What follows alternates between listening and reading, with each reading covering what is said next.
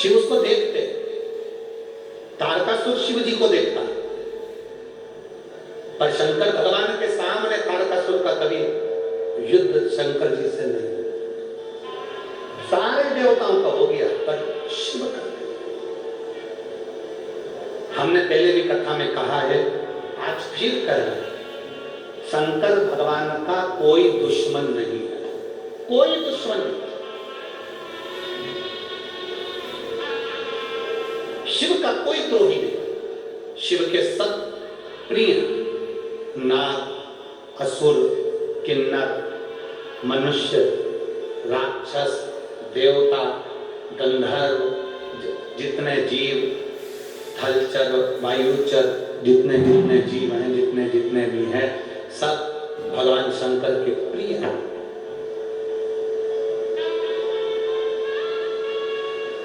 शिव का कोई द्रोही नहीं है, शंकर का कोई दुश्मन है। और संसार में जन्म लिया है, मृत्यु लोक में अगर हम पैदा हुए हैं, संसार में अगर हमारा जन्म हुआ है, मृत्यु लोक में यदि हम आए हैं, तो प्रयास करना, हमारा जब जन्म हुआ था तो क्या कोई हमारा दुश्मन था? जन्म के बोले दीजिए, था कोई दुश्मन? नहीं। जब हमारा जन्म हुआ था तब हमारा कोई द्रोही था? नहीं। जब हमारा जन्म हुआ था, माता की गोद में हम सोते थे, ना हमारा कोई दुश्मन था, ना हमारे साथ कोई दुश्मन पैदा हुआ, ना हमारे साथ में कोई द्रोही पैदा हुआ। जितने बना, कोई कोई दुश्मन आपके कारण बन गए, कोई कोई दुश्मन आपकी उन्नति के कारण बन गए। आप आगे बढ़ गए तो लोग ईर्ष्या करते हैं।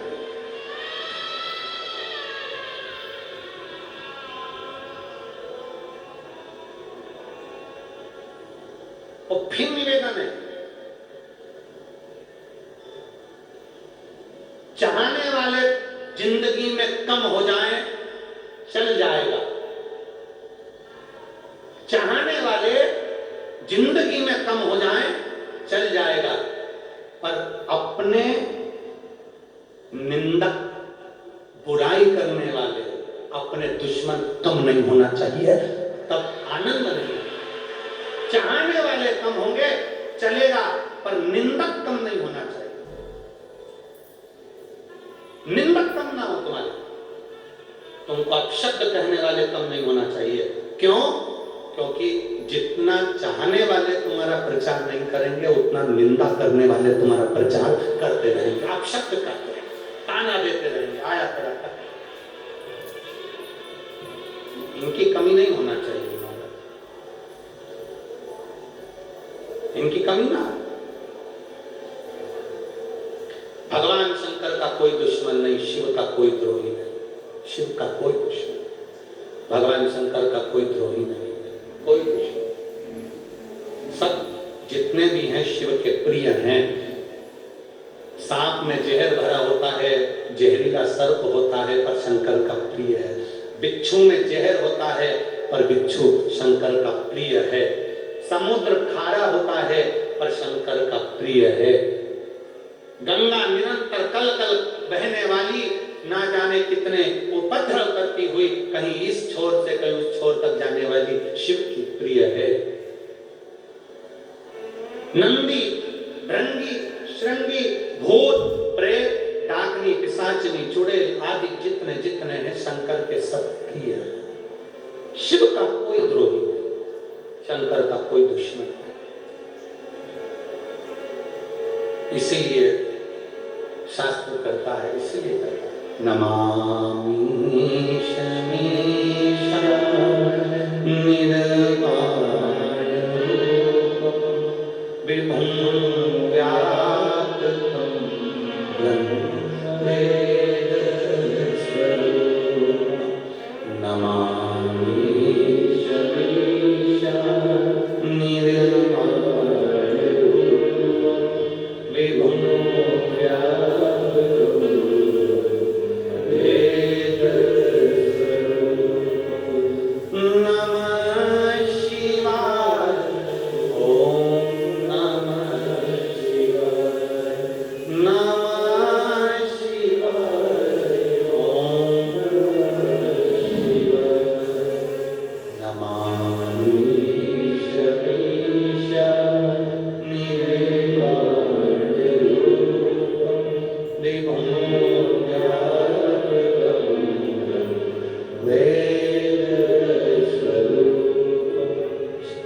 शंकर का कोई दुश्मन, शंकर के सब चाहने वाले हैं।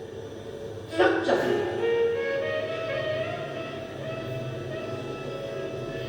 एक कथा आती है,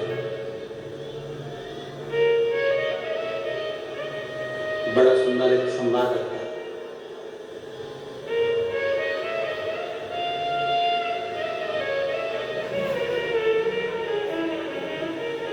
चंडाल जाति में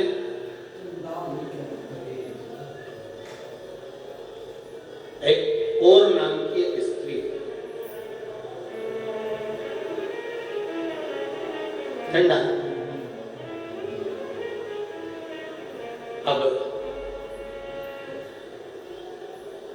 जहां पर भी ये चंडाल जाति की जो महिलाएं थीं, जो स्त्रियां थीं, जो पुरुष थे, कहीं जाते तो लोग उनको सम्मान नहीं देते।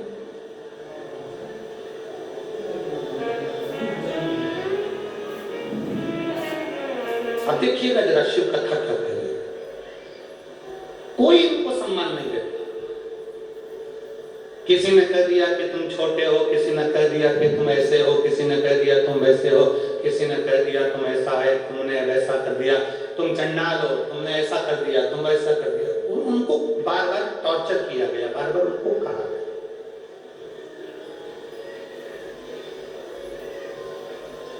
चंडाल जाति में वो महिलाएं बेचारी आंख में आंसू भरी। अब हम क्या करें?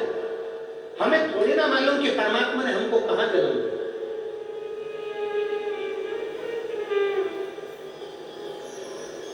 हमें थोड़ी ना मालूम कि परमात्मा ने हमें कहां जन्म दे दिया। कोई ब्राह्मण के घर में हो गया, कोई क्षत्रिय के घर में हो गया, कोई वैश्य के घर में हो गया, कोई शूद्र के घर में हो गया। ये तो भगवान ने ये देखकर नहीं पैदा करा तुमको कि मैं ब्राह्मण के घर में भेज रहा हूं, कि क्षत्रिय के घर में भेज रहा हूं, कि शूद्र के घर में भेज रहा हूं, कि वैश्य के घर में भेज रहा हूं। भगवान पृथ्वी पर जन्म देता है तो हमारे कर्म के अनुसार देता है।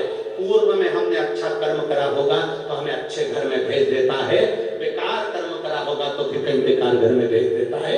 हमारे कर्म के अनुसार हमारा जन्म होता है, उसमें हमको दोष नहीं, इसमें हमारा दोष नहीं कि हम ब्राह्मण के घर में जन्म, की क्षत्रिय के घर में जन्मे, कि वैश्य के घर में जन्मे, कि शूद्र के घर में जन्मे। ये दुनिया में भ्रांतियां बनाई।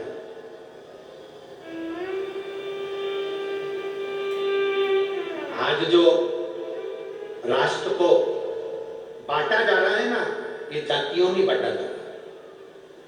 इस जाति के लोग ज्यादा हैं, उसको पकड़ के रख लो। इस जाति के लोग ज्यादा हैं, वहां पर इनका दबदबा ज्यादा है, इसको पकड़ के रख लो।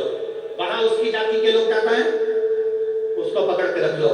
केवल जातियों में लोगों को बांटा जा रहा है, केवल जातियों। और शास्त्र कहता है, शिव महापुराण की कथा कहती है, शंकर की कथा कहती है,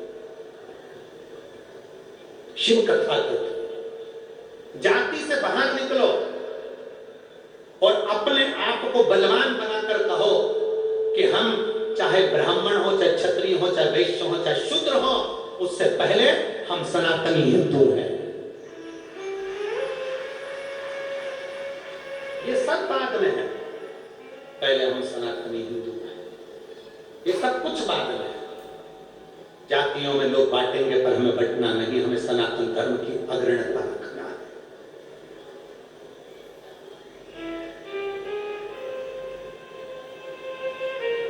अब वो चंडाल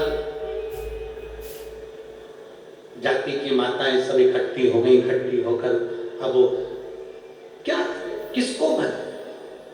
उसमें एक महिला ऐसी थी जिसका नाम था कौर। अब वो कौर महिला ऐसी थी कि जितनी भी उनकी जात की माताएं थी, सबको बिठाकर पार्वती जी का, शिव जी का गुणगान किया करती थी, शंकर भगवान को भजा करती थी, माता पार्वती का स्मरण किया करती थी, शिव का स्मरण किया करते थे। क्यों? कारण क्या? क्योंकि शंकर भगवान देवाधिदेव महादेव, भगवान शिव एक ऐसे हैं, भगवान शंकर एक ऐसे हैं जो सबके, पशु के, पक्षी के, जलचर के, थलचर के, वायुचर के, सबके। शिव केवल एक ऐसे हैं जो सबके हैं, सबके। और उठाओ शास्त्र, शास्त्र में आपको देखने को मिलेगा, शास्त्र में आपको पढ़ने को मिलेगा अगर हमारी वाणी पर भरोसा ना हो तो एक बार शिव महापुराण की कथा गीता प्रेस गोरखपुर की लेकर आ, उसको पढ़िए। और कुछ ना पढ़ सको तो 12 ज्योतिर्लिंग की कथा पढ़िए। 12 ज्योतिर्लिंग की कथा में आपको मिलेगा भगवान राम शंकर भगवान की स्थापना करते हैं। 12 ज्योतिर्लिंग की कथा में मिलेगा आपको एक एक शब्द आप पढ़िए। चंद्रदेव शिव जी की आराधना करते हैं, देव ऋषि नारद शिव जी की आराधना करते हैं, सारे देवता भगवान शंकर की आराधना करते हैं, सारे देव मिलकर भगवान शिव का गुणगान करते हैं। एक और देवताओं के साथ में आपको यह भी मिलेगा कि एक डाकू किसी को पूजन करते हुए देखता है तो वो भी पूजन में लग जाता है। भूल जाए मान कम कर दो।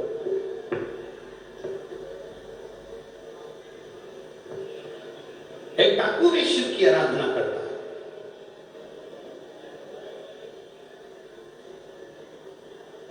आराधना में लीन। अब देखा और ने हम किसको बताए? एक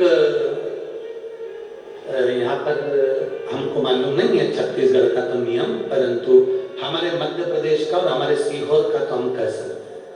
हमने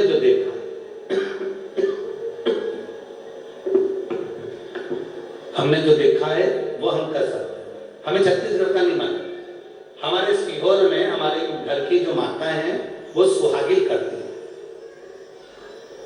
क्या करती है? स्वागल करती हैं। तो उसमें क्या करती हैं? एक मिट्टी का ऐसा ढेला बनाकर पाटे पे रखती हैं, उसमें सिंदूर डालती हैं और सुहागिलें करती हैं। उसमें कुछ कुछ रखती हैं, ऐसी माताएं चारों तरफ बैठ जाती हैं सुहागिनती, और फिर सबकी गोदी में वो दिया जाता है। वो पाटे पर जो सिंदूर रखा जाता है उस सिंदूर में से वो मांग में सिंदूर भरती है।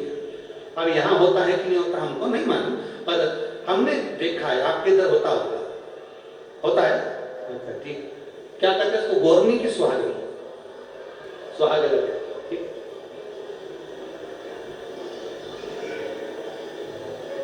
कौन जो नहीं जानती भगवान की पूजन कैसे होती है, और नहीं जानती जो भगवान की आराधना कैसे होती है, और नहीं जानती कि भगवान की पूजन आराधना उनकी भक्ति कैसे होती है, वो नहीं जानती। एक तो उसने भगवान शंकर का शिवलिंग बना दिया, मिट्टी का पार्थिव, और दूसरा उसने मिट्टी की एक गोल बना दी, गोल। और सारी जितनी माताएं थी चंडाल कुल की, जितनी माताएं थी उनकी जाति की, सब बैठ गई और बैठकर उन्होंने बड़े प्रेम से भगवान शंकर और मां पार्वती की आराधना करना प्रारंभ करी।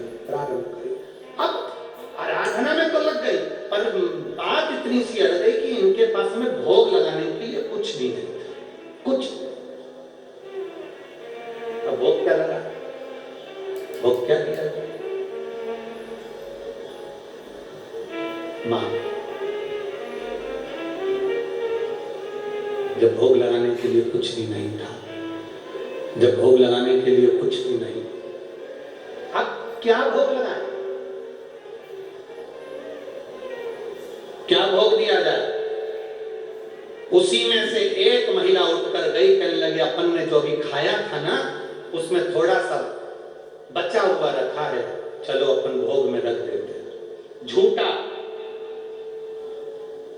कौर के हाथ में लाकर दिया।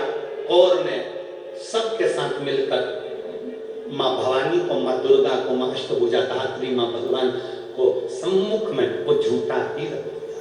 झूठा।